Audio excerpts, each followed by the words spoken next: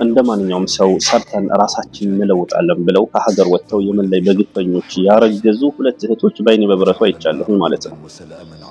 አንዳንዶች እንደሚያደርጉት እኔም ከሳዑዲ ፈንስቼ ወደ ኢትዮጵያ በየመን ሄጃለሁኝ። እዛ ላይ ያየኋቸው አንዳንድ ነገሮች አሉ። ለእናንተ ስለሚጠቅም ኢንሻአላህ እሱን አካፍላችኋለሁ ማለት ነው። መልሃ ከሚባለው ቦታ መልሃ የሚባለው ከሳዑዲን ድንበር ጨርሶ መጀመሪያ ላይ የሚገኝ አካባቢ ነው ማለት ነው። ከዛ ከመልሃ ወደ መነበህ ሲሄድ አንድ እህት እያወራችን ሄደች ማለት ነው። ምን አለችኝ?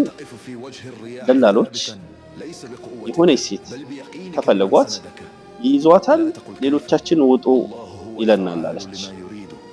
የሆነች ልጅ ያዛት፣ ከዛ ውጡ አለን፣ ወጣን አለች። ከዛ በኋላ ደፈራት።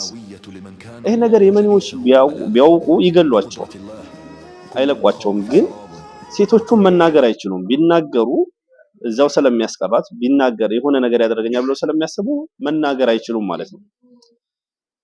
ይሄን ስላችሁ ሁሉም ደላላዎች መጥፎ ናቸው እያልኳችሁ አይደለም።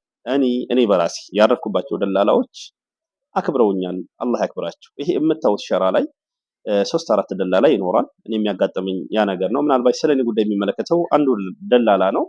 ግን ሁሉም በሚባል ሁኔታ ሐቂቃ በቃ የሚተኙበትን ቦታ እየለቀቁልኝ ለኔ እንድመቸኝ እያሉ ያኔ ብዙ ነገር እንትን ብለውኛል፣ ተንከባክበውኛል።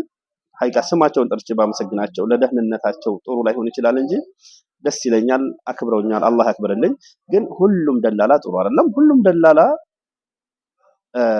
መጥፎ አይደለም ማለት ነው። ሁሉም ጥሩ አይደለም፣ ሁሉም መጥፎ አይደለም። መጥፎም ይኖራል፣ ጥሩም ይኖራል ማለት ነው። እና ከመነበህ ደግሞ ወደ አደን እየሄድኩኝ ባለሁበት ሁኔታ ሁለት እህቶች አብረውኝ ወደ አደን እየሄዱ ወደ ኢትዮጵያ ሊመለሱ ማለት ነው። አርግዘዋል፣ እርጉዝ ናቸው። አንዷ ሆዷ ገብቷል፣ እየተመለሱ ነው። አሁን እነዛ እህቶች አስቡ፣ አሁን ሀገር ሊገቡ ነው። እንዴት ነው የአካባቢያቸውን ሰው ቀና ብለው የሚያዩት? ምንድነው ሊደርስባቸው የሚችለው ነገር? ሀገር ከገቡ በኋላ በመልኩ ህይወታቸው እንደተበላሸ አስቡት። ይሄ ነገር ደግሞ እንደሚኖር እያወቁ ማለት ነው። ይሄ ነገር እንደሚኖር እያወቁ ብዙ ሴቶች መርፌ ተወግተው ይመጣሉ። ምክንያቱም በመንገድ ላይ መደፈር እንዳለ ያውቁታል።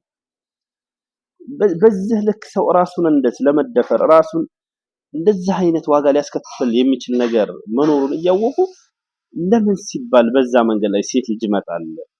በተለይ በአሁን ሰዓት በኢቃማ መምጣት እየተቻለ። ስለዚህ ራሳችሁን አደጋ ላይ አጣሉ። በሽታም ይኖራል። ስለዚህ እነዚህ ደግሞ ደላሎችን በተመለከተ ምለው ሐቂቃ የሚያሳፍረው ነገር እዛ ቦታ ላይ ያሉት ወይ ሙስሊም ናቸው ወይ ክርስቲያን ናቸው። በቃ እነዚህ ግፍ የሚሰሩ ደላሎች ማለት ነው። ወይ ክርስቲያን ወይ ሙስሊም ደግመዋለሁ። ያኒ እምነት አለን ፈጣሪ ያለን ብለው የሚያምኑ አካላቶች ማለት ነው። በዚህ ልክ እንዴት ነው ግፍ መስራት ሊሰሩ የሚችሉት? መሆን ነበረበት ይሄ ሰው ፈጣሪ ያለኝ የሚል ሰው እንደዚህ አይነት ግፍ ይሰራል? አላህ ይሄን ነገር ያዘገያችሁ እናንተ ግፈኛ ደላሎች፣ ግፍ የምትሰሩ አላህ ዘንግቷችሁ አይደለም። አላህ ወላ ተሕሰበነ አላህ ጋፊለን ዐማ ያዕመሉ ዛሊሙን ይላል። በዳዮች ስለሚሰሩት ግፍ አላህ የዘነጋ ነው ብለህ እንዳታስብ። ኢነማ ዩአኺሩሁም ሊየውሚን ተሽኸሱ ፊሂ አልአብሷር። እነሱን የሚያዘገያቸውማ የውሚን ቀን ነው፣ ለዛች ቀን ነው የሚያዘገያቸው። ተሽኸሱ ፊሂ አልአብሷር፣ አይኖች በድንጋጤ ለሚፈጡበት ቀን ነው አላህ ያዘገያቸው። ስለዚህ አላህ የዛን ቀን ሂሳብ ያደርጋችኋል። ሂሳብ የሚባል ነገር አለ። ፈጣሪያችሁን ፍሩ፣ አላህን ፍሩ።